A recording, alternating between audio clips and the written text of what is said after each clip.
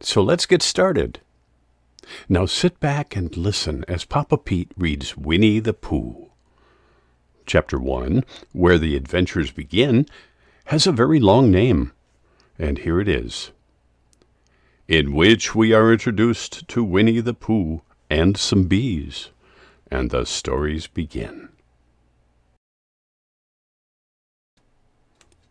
Once upon a time long ago, about last Friday, I'd say, Winnie the Pooh lived in a forest all by himself under the name of Sanders. Christopher Robin looked at his father and said, "What does under the name mean?" "It means he had the name over his door in gold letters, and he lived under it," said Christopher Robin's father. Winnie the Pooh wasn't quite sure, said Christopher Robin. "Now I am," said a growly voice, which belonged to Pooh Bear. "Then I will go on," said Father. One day when Winnie the Pooh was out walking, he came to an open place in the middle of the forest. And in the middle of this open place was a large oak tree. And from the top of the tree there came a loud buzzing noise. Winnie the Pooh sat down at the foot of the tree, put his head between his paws, and began to think. First of all, he said to himself, "That buzzing noise means something. You don't get a buzzing noise like that, just buzzing and buzzing, without its meaning something. If there's a buzzing noise, somebody's making a buzzing noise. And the only reason for making a buzzing noise that I know of is because you're a bee." Winnie the Pooh thought for another long time and said, "And the only reason for being a bee that I know of is to make honey." Then he got up and said, "And the only reason for making honey is so that I can eat it." And with that, he began to climb the tree. He climbed, and he climbed, and he climbed, and as he climbed, he sang a little song to himself, which went like this. "Isn't it funny how a bear likes honey? Buzz, buzz, buzz. I wonder why he does." Pooh Bear kept climbing further and further up the tree, and then just even a little further. By that time he had thought of another song. "It's a very funny thought that if bears were bees, they'd build their nests at the bottom of trees. And that being so, if the bees were bears, we shouldn't have to climb up all these stairs." Pooh was way up in the tree and getting rather tired by this time. But he was nearly there now, so if he just stood on that one last little branch. Crack! "Oh, help!" said Pooh, as he dropped 10 feet onto the branch below him. "If only I hadn't stepped out," he said, as he bounced 20 feet down onto the next branch. "You see, what I meant to do," he tried to explain as he turned head over heels in the air and crashed onto another branch 30 feet below. "Of course, I wanted to," he started saying, as he bounced very quickly through the next 6 branches below. Pooh said goodbye to the last of those 6 branches, spun around 3 times, and flew gracefully right into a prickle bush. "It all comes, I suppose, because I like honey so much." He crawled out of the bush and started brushing off the needles that were sticking to his nose and the rest of him. "Oh, help," he said, and began to think again. And the first person he thought of was Christopher Robin. "Was that me, Father?" said Christopher Robin in a surprised voice, hardly daring to believe it. "Yes, that was you." Christopher Robin said nothing, but his eyes got larger and larger, and his face got pinker and pinker. So getting back to the story now, Winnie the Pooh went to visit his friend Christopher Robin, who lived behind a green door in another part of the forest. "Good morning, Christopher Robin," he said. "Good morning to you, Winnie the Pooh," said Christopher Robin. "I wonder if you've got such a thing as a balloon behind your green door." "A balloon?" "Yes," said Pooh. "I just said to myself as I came along, I wonder if Christopher Robin has such a thing as a balloon behind his green door. I just said it to myself, thinking of balloons and wondering." "What do you want a balloon for?" said Christopher Robin. Winnie the Pooh looked around to make sure that nobody was listening, put his paw to his mouth, and said in a deep whisper, "Honey." "But you don't get honey with balloons." "I do," said Pooh. Well, it just so happened that Christopher Robin had been to a party the day before at the house of his friend Piglet, and there were balloons at the party. Christopher Robin had gotten a big green balloon, and one of Rabbit's young relations had gotten a big blue balloon, and had left it behind. He was really too young to go to a party at all.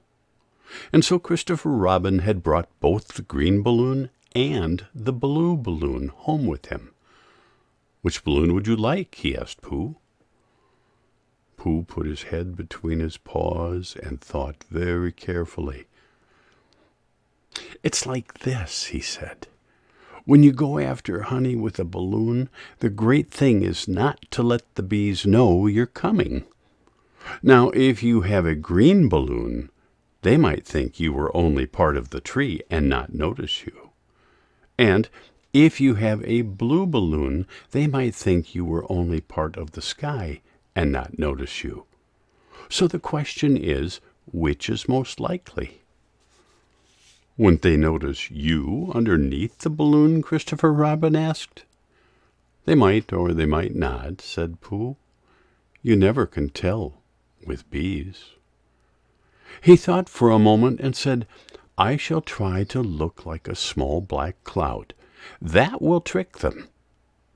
"Then you better have the blue balloon," said Christopher Robin, and so it was decided. Well, Christopher Robin and Pooh both went out with the blue balloon, and Christopher Robin took his toy gun with him, just in case, as he always did. And Winnie the Pooh went to a very muddy place that he knew of, and rolled until he was all covered in black mud. When they had blown up the balloon as big as it could be blown up, Christopher Robin and Pooh both held on to the string. Then Christopher Robin suddenly let go of it, and Pooh Bear floated gracefully up into the sky and stayed there, level with the top of the tree where the bees were, and about 20 feet away from them. "Hooray!" Christopher Robin shouted. "Isn't this fine?" shouted Winnie the Pooh down to Christopher Robin.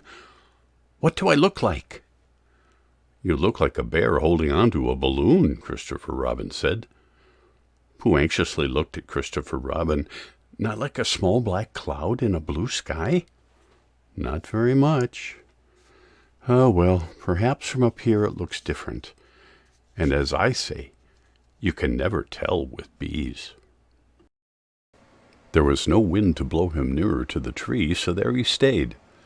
He could see the honey, he could smell the honey, but he couldn't quite reach the honey. After a little while, Pooh called down to Christopher Robin. "Christopher Robin," he said in a loud whisper. "Hello?" "I think the bees suspect something." "What sort of thing?" "I don't know, but something tells me that they're suspicious." "Perhaps they think that you're after their honey." "It may be that, but you never can tell with bees." There was another little silence, and then he called down to Christopher Robin again. "Christopher Robin!" Yes? Have you an umbrella in your house? I think so. I wish you would bring it out here and walk up and down with it and look up at me every now and then and say, "Tut, tut, it looks like rain." I think if you did that, it would help the trick we are playing on these bees. Well, said Christopher Robin as he laughed to himself, silly old bear. But he didn't say it out loud because he was so fond of Pooh. And then Christopher Robin went home for his umbrella. "Oh, there you are," called down Winnie the Pooh as soon as Christopher Robin got back to the tree. "I was beginning to get anxious. I have discovered that the bees are now definitely suspicious." "Shall I put my umbrella up?" said Christopher Robin. "Yes," said Pooh, "but wait a moment. We must be practical. The important bee to deceive is the queen bee. Can you see which is the queen bee from down there?" "No, I can't." "Oh, it's a pity. Well, now, if you can walk up and down with your umbrella, saying, 'Tut, tut, it looks like rain,' I shall do what I can by singing a little cloud song, such as a cloud might sing. Go." So while Christopher Robin walked up and down and wondered if it would rain, Winnie the Pooh sang this song. "How sweet to be a cloud floating in the blue. Every little cloud always sings aloud. How sweet to be a cloud floating in the blue. It makes him very proud to be a little cloud." The bees were still buzzing around the little cloud as suspiciously as ever. Some of them, indeed, even left their nests and flew all around the cloud as it sang this song.